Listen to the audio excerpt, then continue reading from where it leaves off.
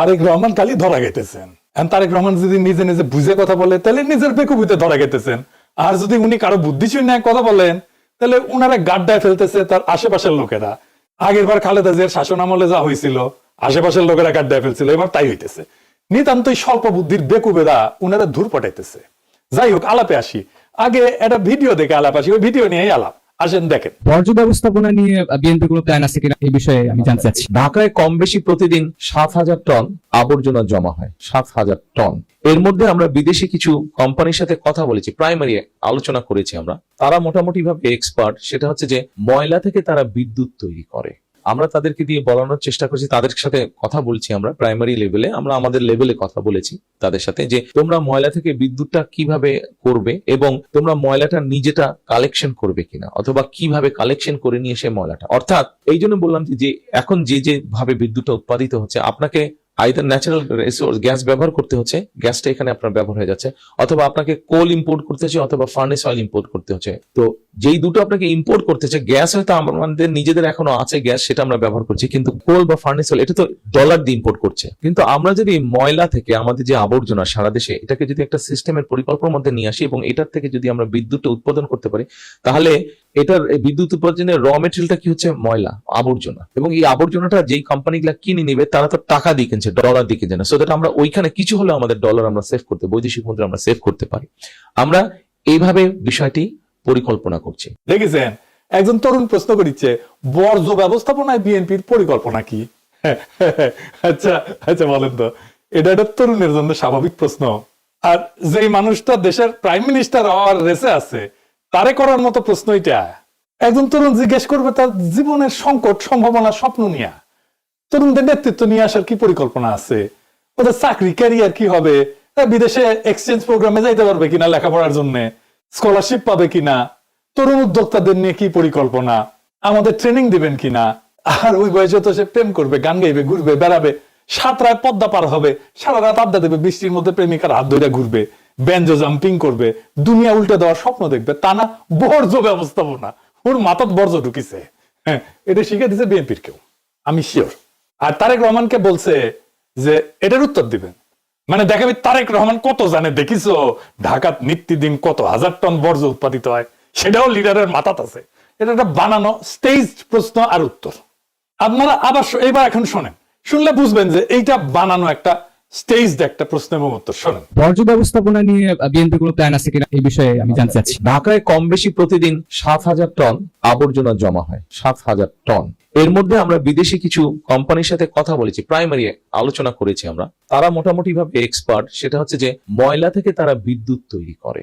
আমরা তাদেরকে দিয়ে বলানোর চেষ্টা করছি, তাদের সাথে কথা বলছি আমরা প্রাইমারি লেভেলে, আমরা আমাদের লেভেলে কথা বলেছি তাদের সাথে যে তোমরা ময়লা থেকে বিদ্যুৎটা কিভাবে করবে এবং তোমরা ময়লাটা নিজেটা কালেকশন করবে কিনা, অথবা কিভাবে কালেকশন করে নিয়ে এসে ময়লাটা। অর্থাৎ এই জন্য বললাম যে এখন যে ভাবে বিদ্যুৎটা উৎপাদিত হচ্ছে, আপনাকে আইদার ন্যাচারাল রিসোর্স গ্যাস ব্যবহার করতে হচ্ছে, গ্যাসটা এখানে আপনার ব্যবহার হয়ে যাচ্ছে, অথবা আপনাকে কোল ইম্পোর্ট করতে হচ্ছে, অথবা ফার্নেস অয়েল ইম্পোর্ট করতে হচ্ছে। তো যেই দুটো আপনাকে ইম্পোর্ট করতে হচ্ছে, গ্যাস হয়তো আমাদের নিজেদের এখনো আছে গ্যাস, সেটা আমরা ব্যবহার করছি, কিন্তু কোল বা ফার্নেস অয়েল এটা তো ডলার দিয়ে ইম্পোর্ট করছে। কিন্তু আমরা যদি ময়লা থেকে আমাদের যে আবর্জনা সারা দেশে, এটাকে যদি একটা সিস্টেমের পরিকল্পনার মধ্যে নিয়ে আসি এবং এটার থেকে যদি আমরা বিদ্যুৎটা উৎপাদন করতে পারি, তাহলে এটার বিদ্যুৎ উৎপাদনের র মেটেরিয়ালটা কি হচ্ছে ময়লা, আবর্জনা। এবং এই আবর্জনাটা যেই কোম্পানিগুলা কিনে নিবে তারা তো টাকা দিয়ে কিনছে, ডলার দিয়ে কিনছে না। সো দ্যাট আমরা ওইখানে কিছু হলে আমাদের ডলার আমরা সেভ করতে, বৈদেশিক মুদ্রা আমরা সেভ করতে পারি।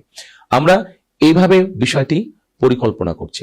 বুঝতে পারছেন তো, এখানে তিনটা গুরুতর সমস্যা আছে তারেক রহমানের। হ্যাঁ, তারেক রহমানের, আমার ক্ষুদ্র ভ্রাতার ভগ্নীরা কবে দাদা আপনি তো তারেক রহমানের সবকিছুই ধরিচ্ছেন, না ধরে উপায় কি? আওয়ামী লীগকে ফেরাবে, ইন্ডিয়ার সাথে সিস্টেম হয়ে গেছে বিএনপির, আমরা তো বসে থাকতে পারি না। যাই হোক, আসেন একে একে দেখি কি কি ঝামেলা করেছে তারেক রহমান নিজেই। তারেক রহমানের স্টেটসম্যান বা রাষ্ট্রনায়ক তো দক্ষতা দেখাতে পারতেছেন না, এখানেও পারেন নাই।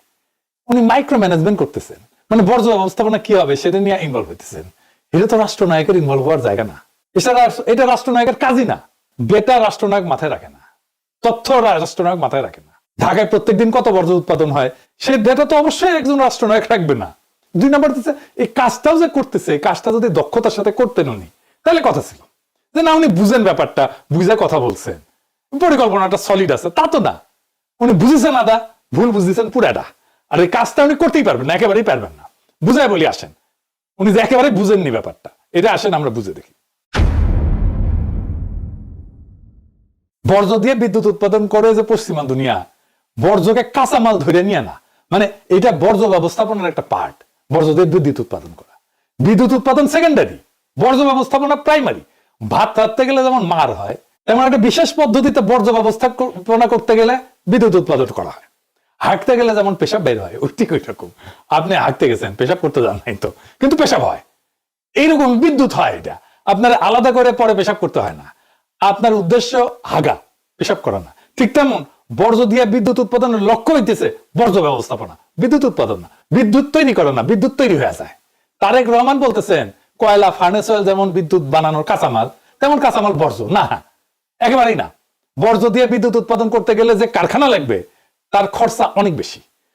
কত বেশি আমরা দেখব, বর্জ্য থেকে বিদ্যুৎ উৎপাদনের খরচাও কয়লার দ্বিগুণ, গ্যাসের প্রায় 3 গুণ, সৌর বিদ্যুতের 4 গুণ। 1 মেগাওয়াটের কারখানায় যদি বর্জ্য থেকে বিদ্যুৎ করতে হয় তাহলে $10 মিলিয়ন লাগে। তার মানে সবচেয়ে ছোট 10 মেগাওয়াটের যদি একটা প্ল্যান্ট করতে চাই তাহলে $100 মিলিয়ন লাগবে। কয়লায় যদি খুব আলট্রা সুপার ক্রিটিক্যাল টেকনোলজি, এটা মানে সবচেয়ে ভালো একদম, আমরা যদি একটা কারখানা বানাই তাতে এর খরচা 1/3। বর্জ্য থেকে বিদ্যুতের যে কারখানা তার 1/3, 3 ভাগের 1 ভাগ। মানে এই যে বর্জ্য থেকে বিদ্যুৎ বানানো, এটা যে ধান্দা, আশেপাশের লোক ধান্দা করেছে, বুঝেছেন তো কি লেভেলের ধান্দা হবে, বুঝেছেন? সব সিস্টেম করে ফেলিছে, এটা থেকে ওনার লোকজন ধান্দা করবে। আর একটা সমস্যা টেকনিক্যাল, এটা বুঝে দেখি, কিন্তু এটা বুঝেছেন তো যে বর্জ্য দিয়া বিদ্যুৎ উৎপাদন করাটা এটা বর্জ্য ব্যবস্থাপনার একটা পার্ট। বিদ্যুৎ উৎপাদন করাটা প্রাইমারি কাজ না, বিদ্যুৎ সেকেন্ডারি কাজ, বর্জ্য ব্যবস্থাপনা প্রাইমারি কাজ। এবার টেকনিক্যাল সমস্যাটা একটু বুঝে দেখি। সব বর্জ্য থেকে বিদ্যুৎ হয় না, মানে বর্জ্য মানে কি কি, আমরা বর্জ্যের তালিকা একটু পরে দেখবো। আগে জেনে নেওয়া দরকার বর্জ্য থেকে 2 রকম কারখানা করা যায় বিদ্যুৎ উৎপাদনে। 2 ধরনের বর্জ্য থেকে, যেগুলো পোড়ানো যায়, যেমন কাগজ, কার্ডবোর্ড ইত্যাদি। এগুলো পুরায় বাষ্প বানানো হয়, ওইটা দিয়ে টারবাইন ঘরে বিদ্যুৎ তৈরি হয়। আরেকটা হইতেছে জৈব বর্জ্য, যেমন যে খাবার রান্নাঘর থেকে যেগুলো আসে, এগুলো দিয়ে বায়োগ্যাস তৈরি করা হয়, আরেক ধরনের প্ল্যান্ট লাগে। তার মানে 2 ধরনের বিদ্যুৎ তৈরি করা যাবে 2 ধরনের কারখানা থেকে। যেমন ধরেন গৃহস্থালী বর্জ্য, সাধারণ মানুষের দৈনন্দিন জীবনে উৎপন্ন বর্জ্য, হাগামোতা ইত্যাদি ইত্যাদি। খাবারের উচ্ছিষ্ট, ভাত, ডাল, সবজি, মাছ, ফল ইত্যাদি। রান্নাঘরের বর্জ্য, এই যে সবজি তরকারি কাটছে এগুলো। কাগজ, কার্ডবোর্ড, প্লাস্টিক, পলিথিন, বোতল, কাপড়, পুরানো জামা, কাঁচ, বোতল, গ্লাস, তারপর ক্যান, টিন, ছাই, ধুলা, এগুলো বর্জ্য, গৃহস্থালী বর্জ্য। এগুলো জৈব অংশ দিয়া বায়োগ্যাস করা যায়। জৈব বর্জ্য যেগুলো, মানে যেগুলো পচনশীল, খাবারের উচ্ছিষ্ট, খাবারের বর্জ্য, সবজি, ফল, তারপরে মলমূত্র, কৃষির উচ্ছিষ্ট, খড়, গাছের পাতা ইত্যাদি ইত্যাদি। এইটা বিদ্যুৎ উৎপাদনের সবচেয়ে উপযোগী, এটা দিয়ে বায়োগ্যাস তৈরি করা হয়, তারপরে ওইটা দিয়ে বিদ্যুৎ উৎপাদন। তারপরে ধরেন কাগজ, প্লাস্টিক বর্জ্য, পেট বোতল, কার্ডবোর্ড, প্যাকেট, এই সমস্ত একটা প্রসেসের মধ্যে দিয়ে দহনযোগ্য করে নেওয়া হয়, তারপর এগুলো পোড়াইতে হয়, পোড়ায় বাষ্প তৈরি করা হয়, ওইটা দিয়ে টারবাইন ঘরে বিদ্যুৎ তৈরি হয়। কাগজজাত বর্জ্য ধরেন খবরের কাগজ, কার্টুন, প্যাকেজিং বাক্স ইত্যাদি ইত্যাদি। এগুলোকে ফার্নেসের মধ্যে দিলেই খালি হবে না, এগুলোকে দহনযোগ্য করে নিতে হবে, শুকাই নিতে হয়, এটার মধ্যে যেন পানি টানি না থাকে, বুঝিসাও। আবার অনেক বর্জ্য আছে কিন্তু যেগুলো কোনোভাবে এটা দিয়ে কোনো কিছু করা যাবে না। যেমন ধরুন কনস্ট্রাকশনের যে বর্জ্য, ইট, বালু, সিমেন্ট, কংক্রিট, টাইলস, এই সমস্ত ভাঙাচোরা, এগুলো দিয়ে বিদ্যুৎ উৎপাদন করা যায় না। শিল্পের বর্জ্য আছে, ইন্ডাস্ট্রিয়াল ওয়েস্ট, কারখানা থেকে উৎপন্ন রাসায়নিক বর্জ্য যেগুলো নদীর ফেলে আর কি, দেখেছেন না, তেল, গ্রিজ, ধাতব স্ক্র্যাপ, এই সমস্ত, এগুলো বর্জ্য দিয়ে তো বিদ্যুৎ উৎপাদন করা যাবে না। তারপরে ধরেন একটা ইম্পর্টেন্ট বর্জ্য আছে যেটা পচনশীল, কিন্তু এটা আপনি কিছুই করতে পারবেন না, এটা হচ্ছে চিকিৎসা বর্জ্য, ক্লিনিক্যাল ওয়েস্ট। এটা সবচেয়ে ঝুঁকিপূর্ণ। ব্যবহৃত সিরিঞ্জ আছে, রক্ত মাখা ব্যান্ডেজ, প্যাথোলজির বর্জ্য, রক্ত, মলমূত্র, কপ, ডায়াগনস্টিক সেন্টার থেকে যে সমস্ত জিনিস বাড়ায়, এক্সরে ফিল্ম, এগুলো প্যাকেট ইত্যাদি, মেয়াদ উত্তীর্ণ ওষুধ, এগুলো তো কিছুই করা যাবে না, এগুলো একদম পুড়ায় ফেলতে হয় আলাদা করে। ইলেকট্রনিক বর্জ্য আছে, যেমন ধরেন আপনার মোবাইল ফোন নষ্ট হয়ে গেছে, কম্পিউটার, টিভি, ব্যাটারি, এগুলো বর্জ্য দিয়ে তো বিদ্যুৎ উৎপাদন করা যায় না। তো আমাদের গৃহস্থালী বর্জ্য দিয়েও যদি আমরা বিদ্যুৎ উৎপাদন করতে যাই তাহলে তো আমাদের সেগ্রিগ আলাদা করতে হবে।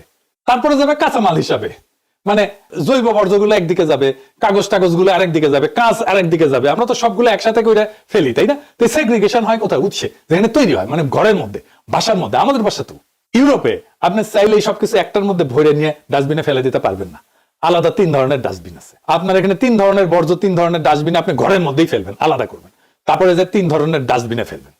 এইটা হচ্ছে সেগ্রিগেশন। এইটা করতে পারলে তখন ওইখান থেকে নিয়ে যে আপনি বায়োগ্যাস বানান, আপনি পুরান, যাই করেন সেটা করেন। এই শিক্ষাটা কমিউনিটিতে থাকতে হবে, এই শিক্ষাটা কমিউনিটিতে শেখাইতে হবে, সময় লাগে। এই সিস্টেম ইমপ্লিমেন্ট করতে কত টাইম লাগবে ভাবেন তো এখন। আপনি বর্জ্য আলাদা করবেন উৎসে। যাই হোক, ফাইনালি বড় সমস্যা যেটা করেছে সেটা আসি, এটার সাথে সার্বভৌমত্বের প্রশ্ন যুক্ত। ওনার বক্তব্য বারবার শুনেছি, উনি বলছেন আমরা বিদেশি কিছু কোম্পানির সাথে কথা বলছি, প্রাইমারি লেভেলে আলাপ করছি, তাদের দিয়ে কাজ করানোর চেষ্টা করছি, আমরা এইভাবে বিষয়টা পরিকল্পনা করছি।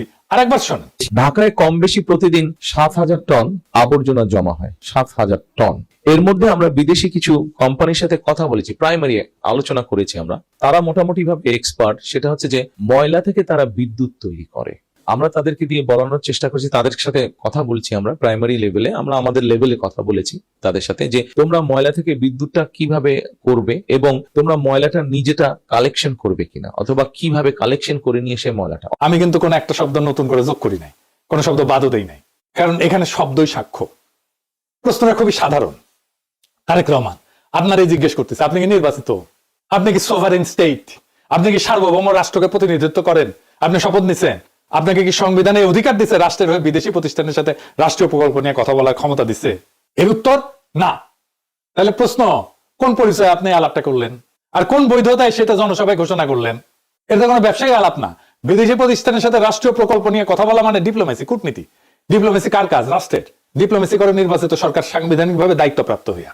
আপনি ক্ষমতা প্রার্থী, ক্ষমতার অ্যাসপিরেন্ট, এরা এই ডিপ্লোমেসি করে না। কারণ বিদেশি প্রতিষ্ঠান তো এই কথাবার্তা শুনবে কিভাবে? শুনবে, শুনে মনে করবে যে এই ব্যক্তি রাষ্ট্রের হয়ে কথা বলতেছে। এটা বিপদ। এখানে আর দল নাই, ব্যক্তি নাই, এখানে শুরু হয় ইমপারসোনেশন, মানে রাষ্ট্র সেজে অভিনয় করা। আপনি রাষ্ট্র সেজে অভিনয় করছেন বিদেশি প্রতিষ্ঠানের সাথে। আপনি যদি বলতেন আমি ভাবতেছি বা আমি করতে চাই, এইটা আমার ভীষণ, তা কিন্তু বলেন না। উনি বলছেন কথা বলছি, আলোচনা করছি, পরিকল্পনা করছি। উনি আলোচনা করে ফেলছেন অলরেডি, তাদের দিয়ে করানোর চেষ্টা করছি, এই কথা বলছে।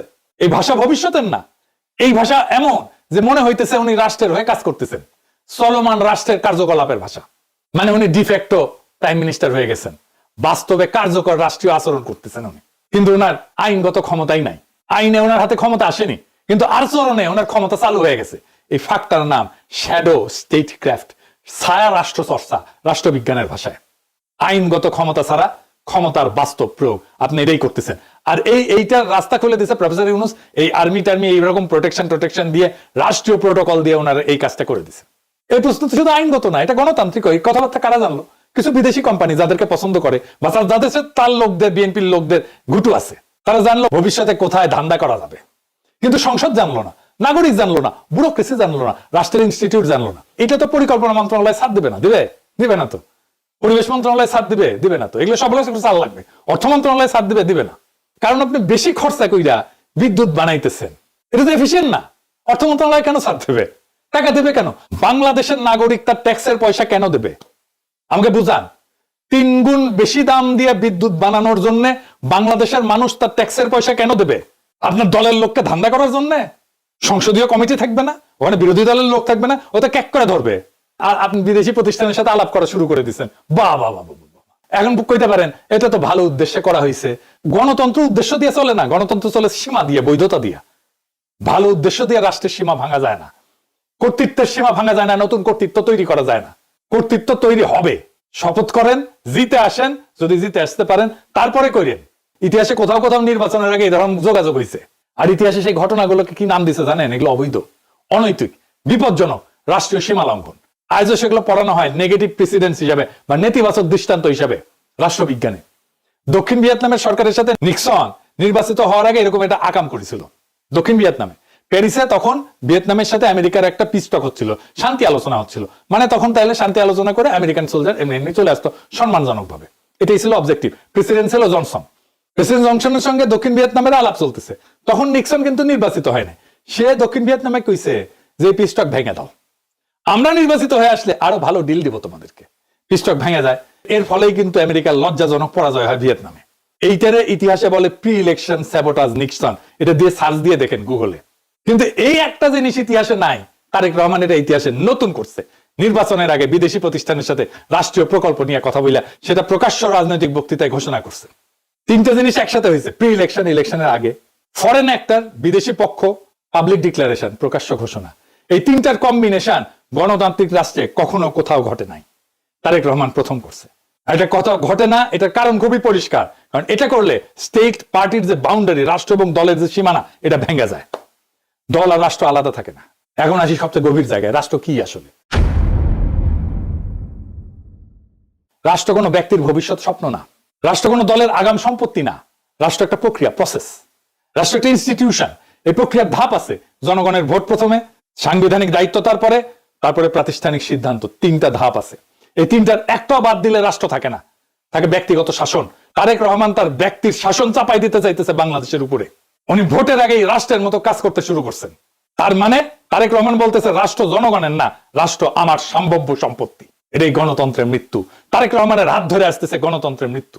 গণতন্ত্র মানে যা খুশি তাই করে না। গণতন্ত্র মানে কে কবে কথা বলবে, কোন পরিচয় বলবে, কোন সীমার মধ্যে বলবে, সেইটা ঠিক করা। তারেক রহমানের এই বক্তব্য প্রমাণ করছে তারেক রহমান তার সীমা লঙ্ঘন করছেন। রাষ্ট্রের মালিক জনগণ, সিদ্ধান্ত নিবে জনগণ। আপনি তারেক রহমান না, আপনি রাষ্ট্রের মালিক না, এটা আপনার জমিদারি না। আপনাদের কি মনে হয় তারেক রহমান রাষ্ট্রনায়ক হওয়ার উপযোগী? উনি রাষ্ট্র চালাইতে পারবেন? উনি রাষ্ট্র বুঝেন? উনি তৈরি হয়েছেন রাষ্ট্র চালানোর জন্য? বিচারের ভার আপনাদের উপরে দিলাম। 24-এর বর্ষা বিপ্লব নিয়ে ওনার কোনো আলাপ নাই, কোনো আলাপ নাই। হাসিনা নিয়ে কোনো আলাপ নাই, আওয়ামী লীগ নিয়ে কোনো আলাপ নাই, ফ্যাসিবাদ নিয়ে কোনো আলাপ নাই। তাহলে কেন এত মানুষ রক্ত দিল? সে আলাপ আছে? নাই। মানুষ অন্তরের কোন আগুনে জ্বলা প্রাণ দিতে দ্বিধা করেনি 24-এ, সেটা নিয়ে কোনো আত্ম অনুসন্ধান নাই বিএনপির। আমরা কি এইভাবে বর্ষা বিপ্লবের আকাঙ্ক্ষার কবর দিয়ে দিব? আমরা কি তারেক রহমানকে আর বিএনপিকে ক্ষমতায় আনার জন্য লড়াই করছিলাম? আমাদের বাচ্চারা অকাতরে প্রাণ দিছিল, রক্তে ভাসায় দিছিলাম। রক্তের দাগ কিন্তু এখনো শুকায় নাই। কিন্তু তারেক রহমানের বক্তৃতায় তার কোনো ছাপ নাই। আমরা ওই লড়াই করিনি তারেক রহমান আর বিএনপিকে ক্ষমতায় এনে বসাবো। আমরা তাদের হাতে রাষ্ট্রকে দেব না, কোনোভাবেই দেব না যারা জুলাইকে বিশ্বাস করে না। আমরা তাদের হাতে রাষ্ট্রকে দেব না, কোনোভাবেই দেব না যারা জুলাইকে ধারণ করে না, জুলাইয়ের চেতনাকে যারা ধারণ করে না। আর এই সিদ্ধান্ত নিতে হবে আগামী 12ই ফেব্রুয়ারিতে। আপনার স্বপ্ন, আপনার মর্যাদা, আপনার ভবিষ্যৎকে লুট হয়ে যেতে দিয়েন না। খোদা তাআলা আমাদের এই নিয়তকে যেন কবুল করেন। ইনকিলাব জিন্দাবাদ।